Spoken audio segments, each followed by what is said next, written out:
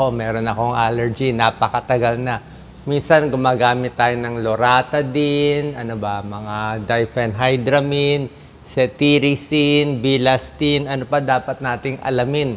Tsaka meron bang natural remedy sa allergy sa sipon. Okay, tingnan natin na.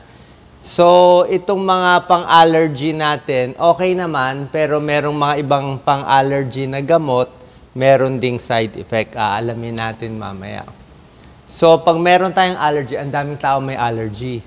Kailangan ko pa nga magpa-allergy test para malaman kung saan ako allergic. Kailangan medyo mahal yung test. So, ano yung possibility? Dapat hanapin natin saan tayo na-allergy.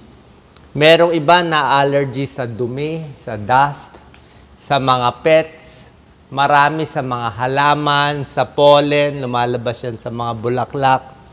At iba-iba yung mga allergy. Iba sa alikabok, sa usok, sa pollution, sa sigarilyo, sa perfume, yung iba sa tableta, sa gamot. So maraming allergy. So pag na-allergy ka, ang sintomas nito parang sipon. Pwedeng laging tumutulo ang ilong, parang barado, like itong boses ko, medyo barado ang ilong. Pwedeng post-nasal drip, parang may tumutulo dito sa lalamunan, nauubo ka. Pwedeng hatching ka ng hatching, makati ang mata. Ako nga nagkakaproblema sa tenga din. Napupuno yung tenga ko kasi pa nag-allergy, may parang sipon-sipon yan, pati sa tenga apektado.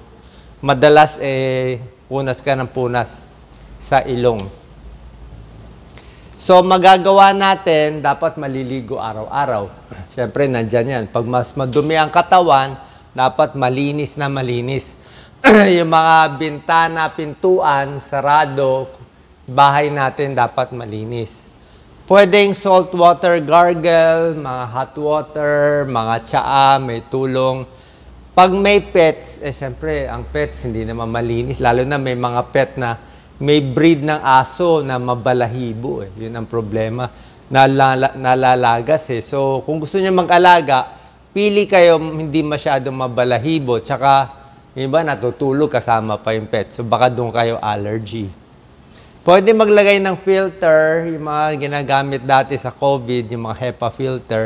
Pwede rin may tulong konti. Tapos hahanapin mo yung trigger kung saan ka nati-trigger. Meron din allergy sa pagkain. Okay? So, yan. Meron din na allergy sa dust mite. Dust mite, ito yung maliliit na insekto na kinakain niya yung mga dead skin cells natin. Siyempre, nakahiga tayo sa kama, di mo maiwasan, may lalabas dyan Galing sa balat natin, yung mga dead skin cells. Yan ang kinakain ng dust mite. So, dapat lahat ng kumot, unan, cover, pillow cover talaga nilalabhan. O binibilad sa araw para mamatay yung dust mite. Ganun talaga. Pag very humid, parang may amag, may molds, hindi rin maganda. Tapos pag madumi ang kamay, huwag hawak ng hawak sa ilong. Kasi sa ilong pumapasok yung allergy. So, gano'ng katagal ng allergy? Usually, panghabang buhay. May ganun May iba allergy ng bata, may iba allergy ng matanda, yung iba umaabot pa sa hika.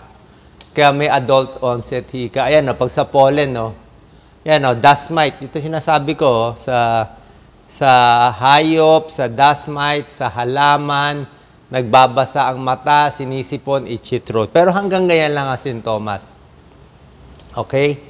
Ngayon, meron din tinatawag na drug allergy. Common din to.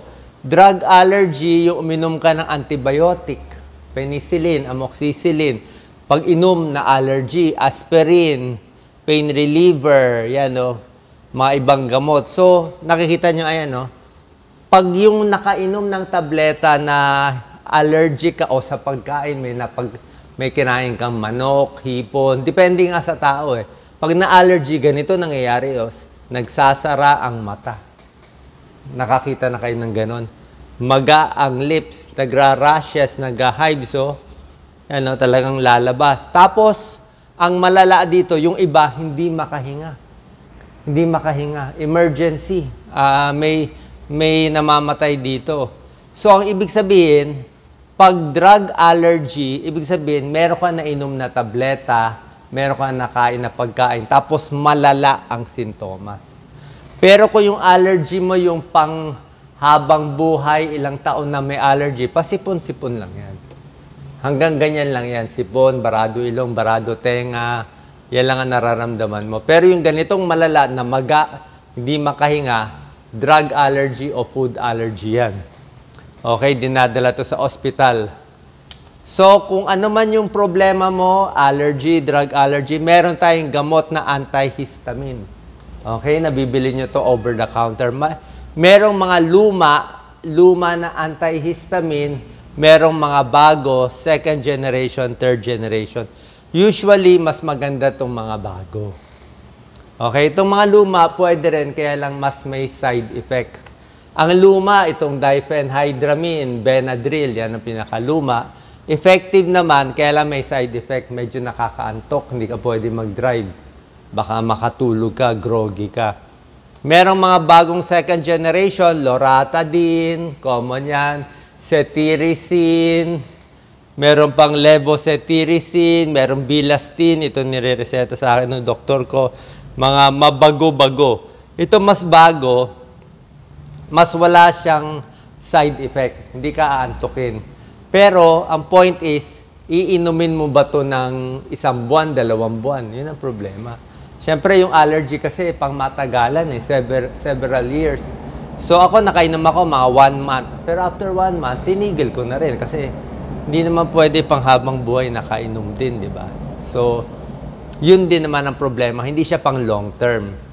So, kailan binibigay itong mga, like ito, Benadryl, Claritin, Bilastine, levocetirizine, yan ang mga common. May generic, okay lang ang generic sa generic ng butika. So, pwede siya pang allergy na sipon, pwede siya doon sa mga hives, yung pinakita kong picture, yung namamaga sa mukha na drug allergy, nangangati, severe allergy, nagsusuka, yung mga ganitong itsura, pwede rin. Tapos pwede rin pasipon-sipon. Okay? Anti-allergy. May tulong din siya. First aid din siya. Okay? Tingnan natin ngayon yung side effect. Doc Lisa, focus natin. So, ito yung mga antihistamine na sinasabi ko. Yan. Okay? Yung mga sinabi ko sa yung diphenhydramine, loratadine, cetirizine. Yung first generation na diphenhydramine, nakaka-drowsy, nakakaantok, hindi pang drive. So, mas maganda yung mga cetirizine, bilastine, at loratadine. Mas hindi nakakaantok. Ang epekto nila, 1 to 3 hours bago umepekto. Maghihintay ka pa. Once a day lang iniinom, usually tableta siya.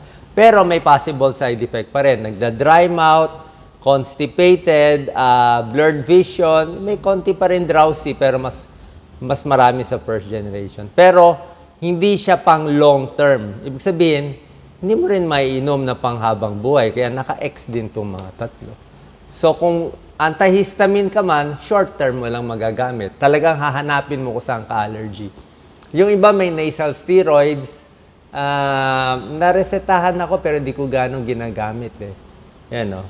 So, matagal umepekto, once a day yan.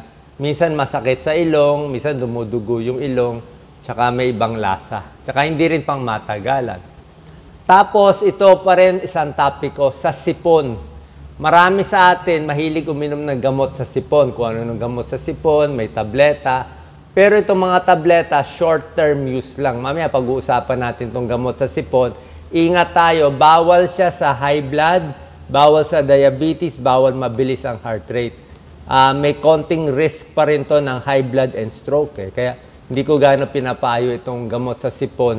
Natural remedy ang mas gusto ko sa gamot sa sipon. Kasi nakita niya may side effect. Okay? So, hindi porke over the counter, basta-basta na lang inom ng inom. Kaya sabi ko nga, kung kaya ng natural remedy, mas maganda. Yung mga second generation, sinasabi kong loratadine, bilastine, ito po. Actually, na-try ko yung bilastine, may isang pag-aaral. Ininom siya mga almost 1 year. 3 weeks to 1 year. Okay naman. Pero ayaw ko pa rin inumin ng 1 year, di ba? So, pag meron lang. So, yung mga antihistamine, pwede inumin short term, tapos iwas doon sa nakaka-allergy. Meron naman problema sa sipon. Sipon kasi usually, inom pala maraming tubig. Meron ako spray, pero nasal spray lang. Pakita mo, Doc Lisa. Ito lang yung nasal spray ko. Ito, safe lang to. Hindi ko to in-advertise. Sodium chloride lang to. Asin at tubig. Asin at tubig. Ganito lang siya spray. Tubig lang siya. Lagi ko in-spray ito.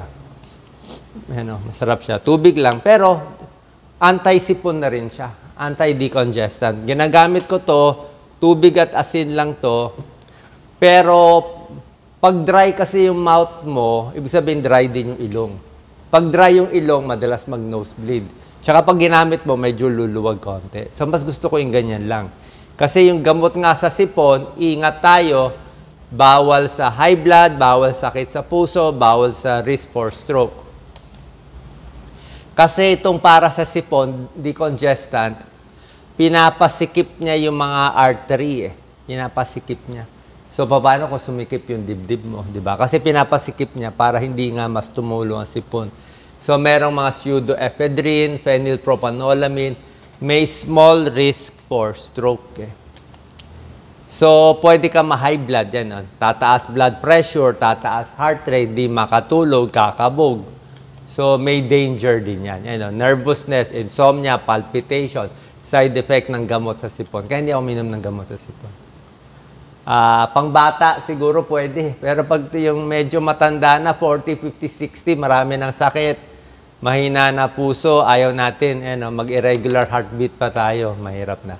So, gamot ko lang sa sipon, ito mga spray, mga salabat, herbal tea, vitamin C, ay yung mga bawang, sibuyas, pwede yan, chicken soup, garlic, honey, ito lang, mga natural, black pepper, mga pagkain, mainit na sabaw, ayan parang steam lang siya pwede na yan sa atin.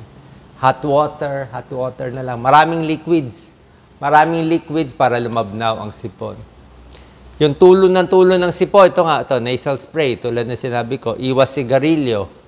Humidifier, pwede rin, may tulong humidifier. Tapos linis ng linis. Hanapin mo, ano ba madumi? Baro, anong sabon okay sa'yo?